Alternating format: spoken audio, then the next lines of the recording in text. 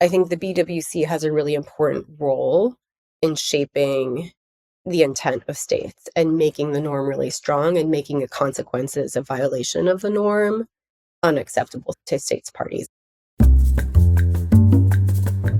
Welcome to Global Dispatches, a podcast for the foreign policy and global development communities and anyone who wants a deeper understanding of what is driving events in the world today. I'm your host, Mark Leon Goldberg. I am a veteran international affairs journalist and the editor of UN Dispatch. Enjoy the show. –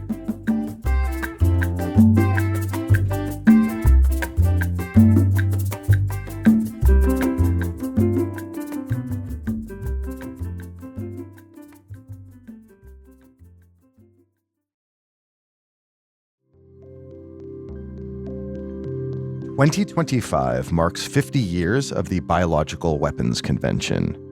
Back in 1975, the treaty entered into force, and by banning biological weapons worldwide, it became the first global treaty to prohibit a particular weapon of war. The Biological Weapons Convention is widely adopted. 189 states parties have pledged to never develop, produce, stockpile, or use biological weapons. And thankfully, these weapons have not featured much in modern conflict.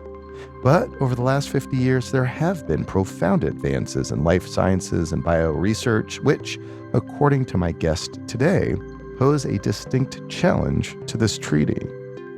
Jaime Yassif is the Vice President for Global Biological Policy and Programs at the Nuclear Threat Initiative, which is a nonprofit global security organization focused on reducing nuclear, biological, and emerging technology threats. We kick off discussing the history of this treaty, including why the time was right 50 years ago for this treaty to come together. We spend most of our conversation, though, discussing the ways in which this treaty might be strengthened to adapt to a changing landscape of potential biological weapons risks today. This episode is produced in partnership with Lex International Fund, a philanthropic initiative dedicated to strengthening international law to solve global challenges. It's part of our ongoing series highlighting the real-world impact of treaties on states' behavior. We're calling this series When Treaties Work. To view other episodes in this series, please visit globaldispatches.org. Now here is my conversation with Jaime Yassif, Vice President for Global Biological Policy and Programs at the Nuclear Threat Initiative.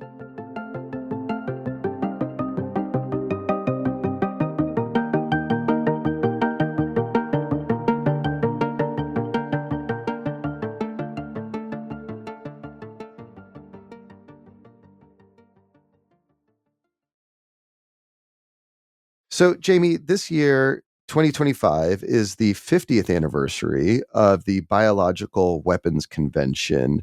I'm interested in having you take me back 50 years and explain to me why it was that diplomats and policymakers decided to make this treaty happen in the first place.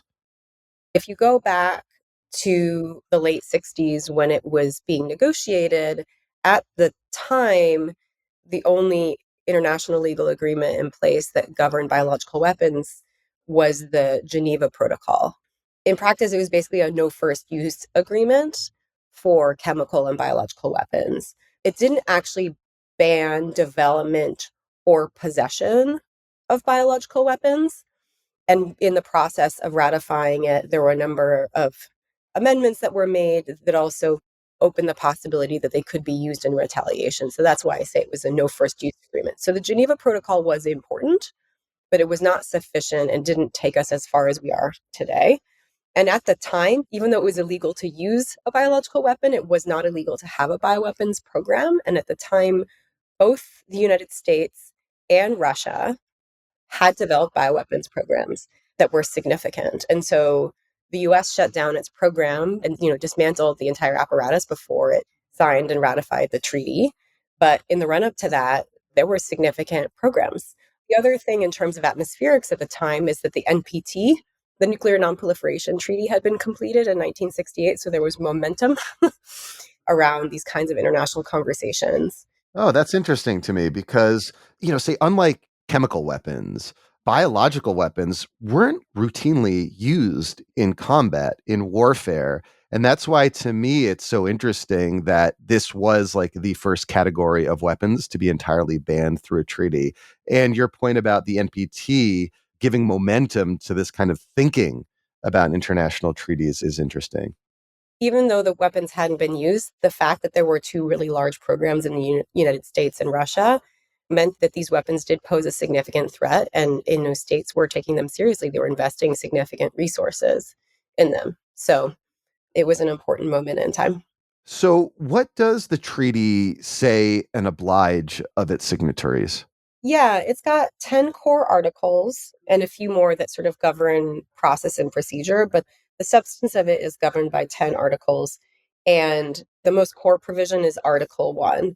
And it's a prohibition of development, production, stockpiling, or otherwise acquiring or retaining bioweapons. So either the microbes or the biological agents or the delivery vehicles for disseminating them. And so that's really the core of the BWC. Another piece that's really important is Article 2. So if a country has a bioweapons program or capabilities that are relevant to that, they need to destroy or divert to peaceful purposes any resources that are relevant to BW development prior to joining. They also have to, under Article 4, take national measures to implement the provisions of the BWC. And that's important. So, like, a national government within their own borders has to have the legal authority to enforce the laws to make sure that everyone inside their country is complying. The national implementation is really important. And then Article 6, for example, gives countries the right to request that the UN Security Council investigate allegations of noncompliance. So those are examples of the kinds of articles within the core set of 10. So, in the last 50 years since this treaty entered into force, I mean, there hasn't been the use of biological weapons in war. Like I said, there wasn't previously, prior to it, major examples of it. So I don't think everyone would necessarily agree with that. Oh, explain. I mean, it's really unclear, but there have been times when there were allegations of bioweapons use sort of covertly in the context of conflict and proxy conflict, for example, in Southeast Asia. And there are unresolved open questions about whether that actually happened in practice. And it's very controversial. But there have been allegations that bioweapons have been used, and it has never been resolved. But it's never been used overtly in conflict in the traditional sense that we understand, like conventional weapons or threatening to use, for example, nuclear weapons overtly. Over the last 50 years, then, what would you say were the ways in which the Biological Weapons Convention shaped or impacted state behavior? Well, so first of all, the fact that, the United States, as part of its decision to join the BWC, the fact that it abandoned its program and dismantled everything was really significant. And I think it set a very strong global norm against development and use. There is no nation state anywhere in the world that at any point has said, yes, we have a bioweapons program and that's legitimate. No one does that. There certainly are allegations made by various states parties to the BWC that they believe that some countries are engaged in suspicious activities that make them believe that they might be in violation. The State Department, for example, publishes an annual assessment of who they're most concerned about. Other countries have pointed the finger at a different set of nations that they're concerned about. So there are suspicions, but in terms of the global norm is quite strong, and every nation around the world denies having biological weapons. And so that's pretty significant because it's definitely not true. If you look at the Nuclear Nonproliferation Treaty, for example, that is not a ban on an entire class of weapons. And there are states that have nuclear weapons and are not on a trajectory for getting rid of them anytime soon. And in fact, some countries are in fact increasing their number of nuclear weapons. Why do you think that norm has been so strong over the years? So my view is just so far, they're just not considered to be weapons that are useful strategically or tactically for the most part, or at least the most powerful nations in the world. They decide it's not in their strategic or tactical interest to have these weapons. They're not useful militarily, and they'd be better off if that was considered morally repugnant globally, and that they could stick to having conventional weapons and or nuclear weapons if they have them and helps maintain the sort of status quo. So it's a sort of like raw power kind of argument. And I think that that has a lot of explanatory power. There are other arguments I've heard that I think are salient as well, which is just there's like the ick factor. People just think that biological weapons are just disgusting and morally repugnant. And the idea of doing something to a human body in a way that harms it, the way that biological weapons can, is just unacceptable from a moral perspective. And then that is a huge part of the norm. And it's probably true that both play a factor, but I think reasonable people can disagree about what's the decisive factor and why this norm, while not perfect, is mostly still standing. So, over the last 50 years, there has been, and it's an understatement to say this, just profound advances in biological sciences. Absolutely. And really, frankly, the pace of these advances seem to be accelerating almost exponentially just over the last few years. Does this treaty have the ability to keep pace with these technological advances in the biological sciences? And what are some of the tech advances that potentially challenge this treaty? It is true that there have been accelerating advances in the life sciences and in technological applications. And I do think it's really straining governance in general at the national level and also in the context of the BWC. It's really hard to keep up. And I think in particular, I'm hoping that the BWC will demonstrate resilience to it, but I think it's under a lot of strain right now.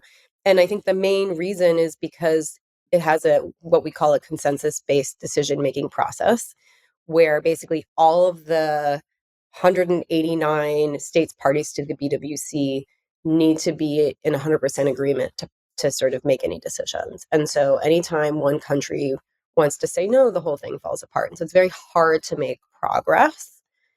But in terms of the kinds of things that have happened since the BWC entered into force in the 70s, there was establishment of confidence building measures where countries are politically obliged to share annual updates about the research and development activities that are underway within their borders to provide transparency and confidence. There have been a lot of discussions in recent years of trying to create a scientific and technical review mechanism as part of the BWC precisely to keep up with the rapid pace of technological change and make sure that states parties have the information they need to make the right decisions. But because of this consensus based decision making process, even though there's been strong support for it, they haven't been able to make it a reality. They just haven't been able to reach agreement. So that's been really frustrating for many of us to watch. In terms of the technological changes that we're seeing, basically it's just easier and easier to engineer living systems or synthesize them from scratch. And that includes like microbes, like viruses or bacteria. Is a very common kind of biological weapon that has existed in the past and could exist in the future. And with synthetic biology, which is this modern engineering approach to the life sciences that's getting easier and easier, and the scientific community can do more and more sophisticated manipulations of living systems for beneficial purposes, but that's deeply dual use and could be exploited. And that's been going on for a long time. And now that pace of change is accelerating as the life sciences converge with artificial intelligence. And so it's just going even faster. So the challenge is immense. It's essential for the BWC to continue to be relevant.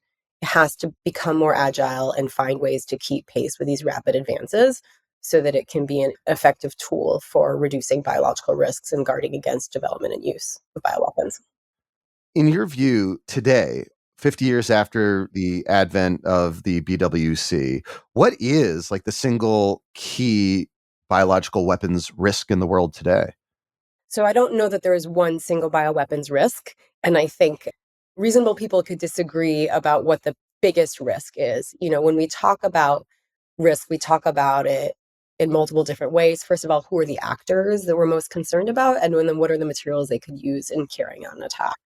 So we're concerned both about state and non-state actors. Those both could pose significant risks in terms of bioweapons development and use. They're just like, it works differently. States, certainly the ones that have the most resources, you can't really constrain them with resource constraints or export controls. I think that's really hard because bioscience is so deeply dual use and so broadly embedded in the bioeconomy. And if you have the means to do so, you can do a lot of stuff.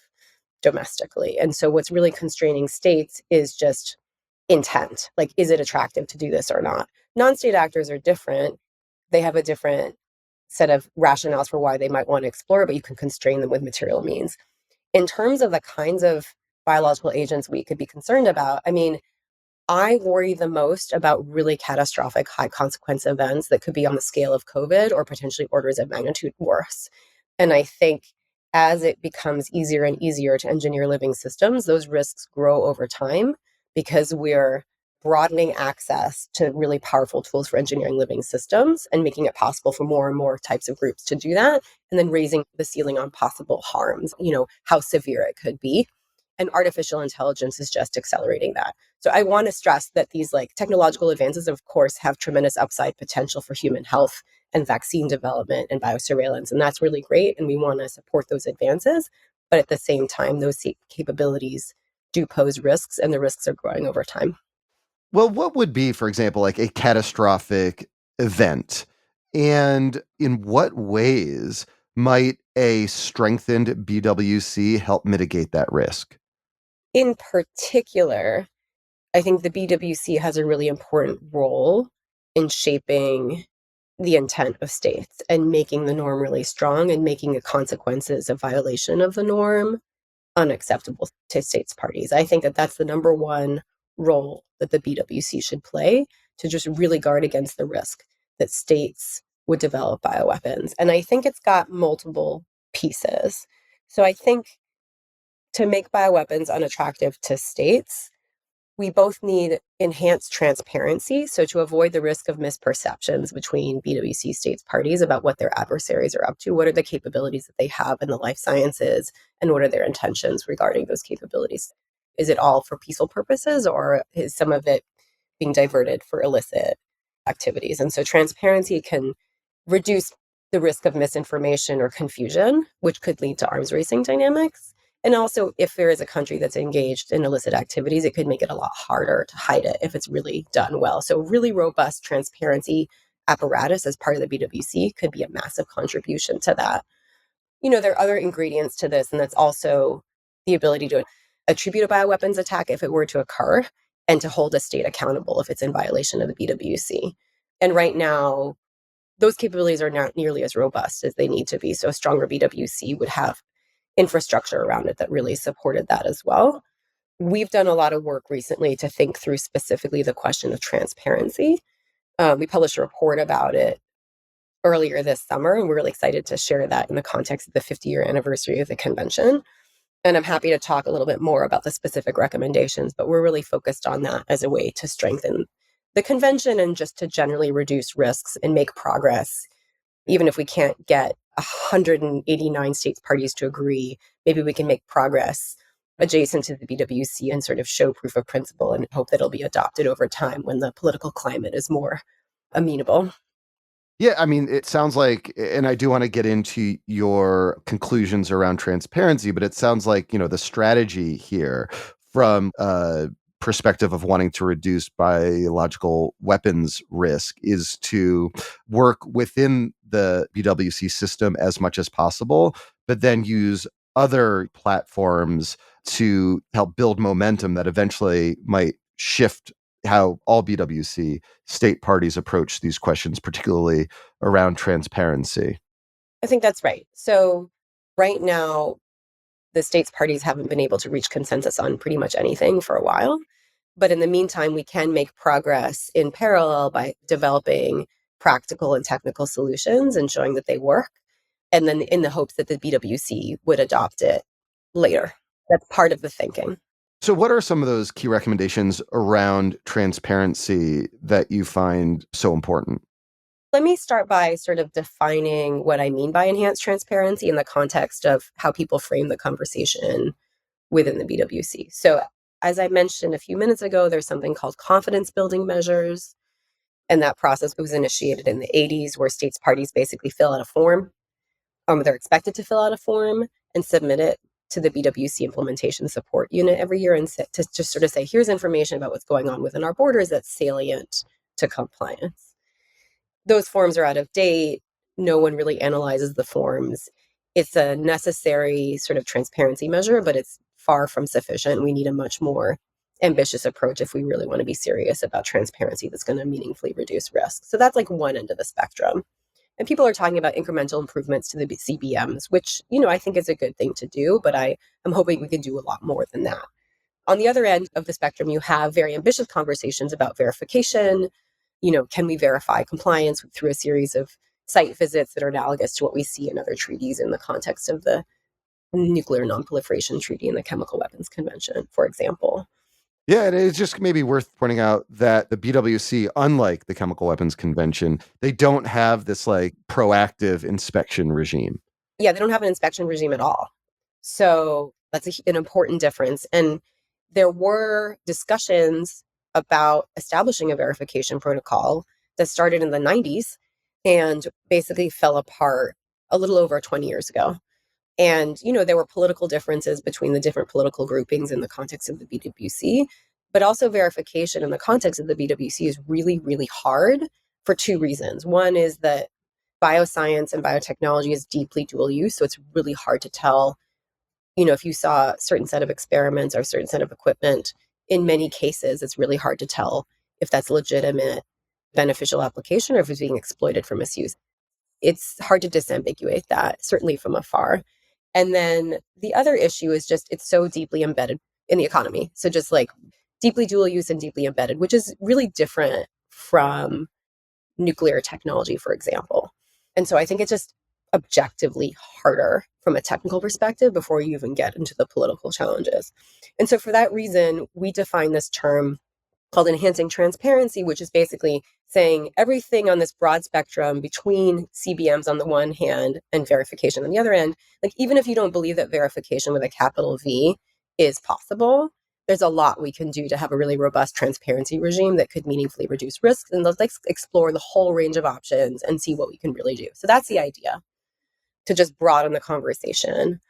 There are a number of recommendations we published. I'll offer a few. So one is, we talked with our colleagues in the community who've been thinking about this for a really long time and have a lot of expertise. And we all agree that one thing that was really important is just like, let's have a really clear threat model. Let's talk about what are the kinds of biological weapons threats that we're most concerned about and that we most want to be able to detect through a transparency regime. Let's bound the problem. We can't watch every facility in the world all the time, detect every little thing, but let's bound the problem in a way that focuses on the greatest threats and at a scale that we can actually feasibly have insight into with like finite resources. And that threat model, we should try to reach some sort of international agreement about what that looks like, and that threat model should be evolving over time, not static. Because as we were already discussing, science and technology, especially in the life sciences, is moving so quickly that a static threat model would quickly become out of date. So that was one idea. Another idea is, since the Bioweapons Convention verification protocol fell apart more than 2 decades ago, we've got a lot more modern tools and technologies than we had then, and how can we apply them? And so one idea is using artificial intelligence approaches to analyze publicly available information, for example, satellite imagery or social media data or financial transactions, publications, that kind of stuff, and see if we can figure out what does a baseline signal of like normal activity look like, and can we detect anomalies, Hmm. find signals in the noise that could point to something that looks suspicious and needs additional investigation to see if it could be a potential sign of a violation of the Biological Weapons Convention. So that's something we're really excited about. So we've been thinking about this for a while, but President Trump recently in his speech at the UN General Assembly mentioned a very similar idea and talked about the importance of strengthening the BWC and using AI to support transparency and verification. So that was very interesting to hear him say that.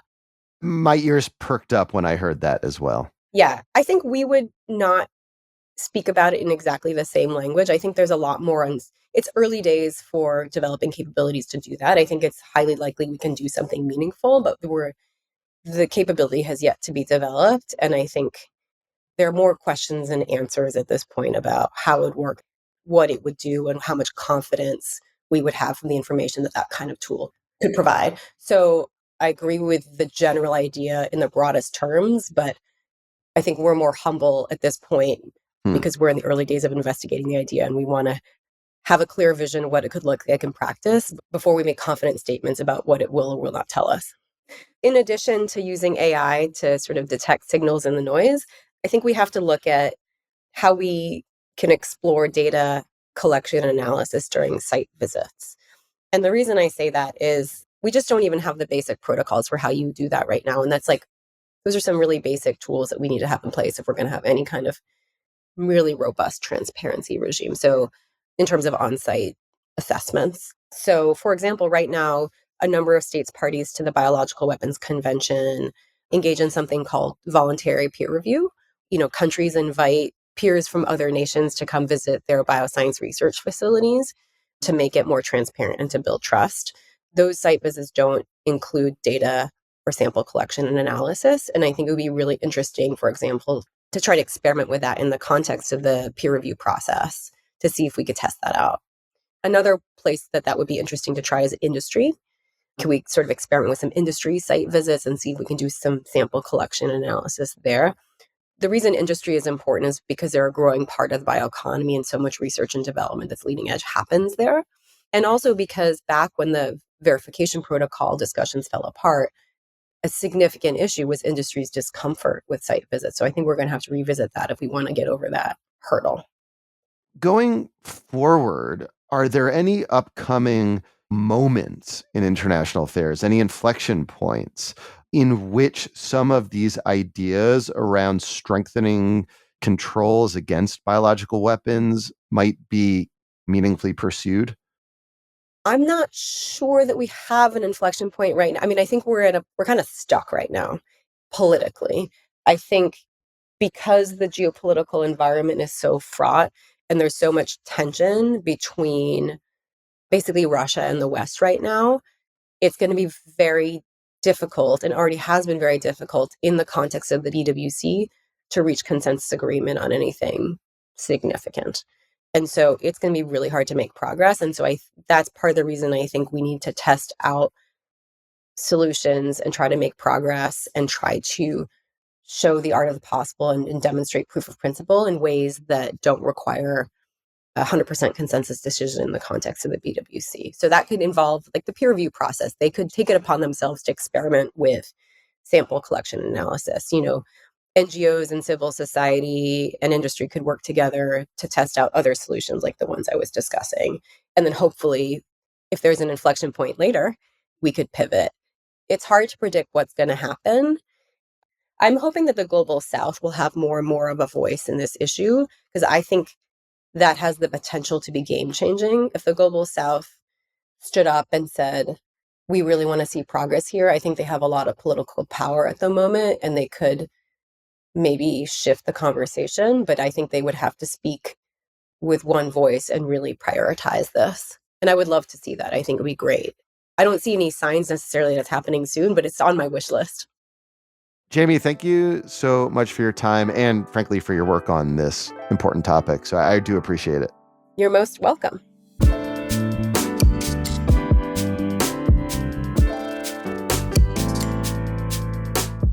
Thanks for listening to Global Dispatches. The show is produced by me, Mark Leon Goldberg. It is edited and mixed by Levi Sharp. If you are listening on Apple Podcasts, make sure to follow the show and enable automatic downloads to get new episodes as soon as they're released.